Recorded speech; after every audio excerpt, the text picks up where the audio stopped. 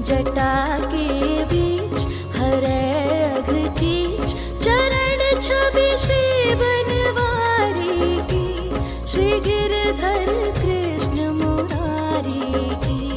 आरती कुंज बिहारी की, श्री गिरधर कृष्ण मुरारी की।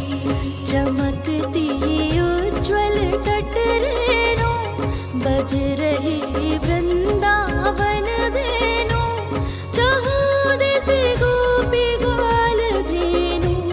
हसत मृदु मंद चांदनी चंद, कटत भव फंद टेर सुन दीन दुखारी की, श्री गिरधर कृष्ण मुरारी की।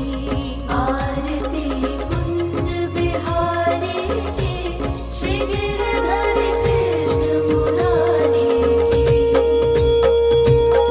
आरती कुंज बिहारी की, श्री गिरधर कृष्ण मुरारी की। आरती कुंज बिहारी की, श्री गिरधर कृष्ण मुरारी की। आरती कुंज बिहारी की, श्री गिरधर कृष्ण मुरारी की।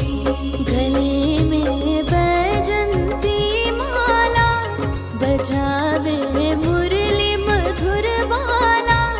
श्रवण में कुंडल झलकाला, नंद के आनंद नंद लाला।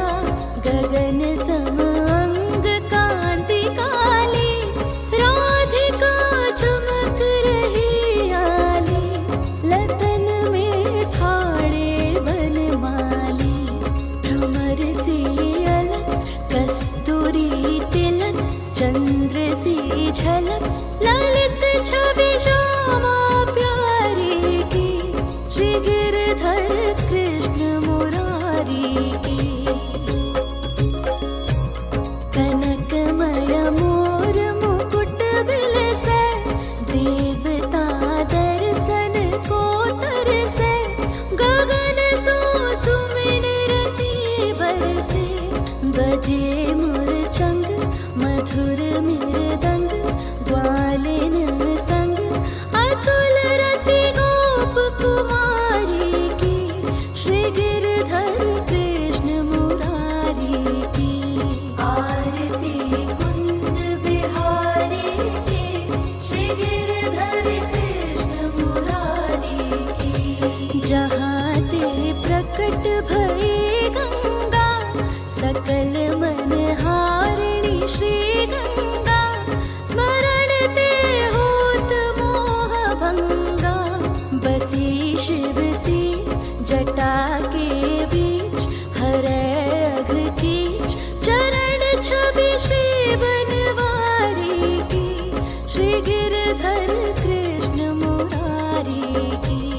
आरती कुंज बिहारी की, श्री गिरधर कृष्ण मुरारी की। चमकती उज्ज्वल तट रेणु बज रही वृंदावन धेनु,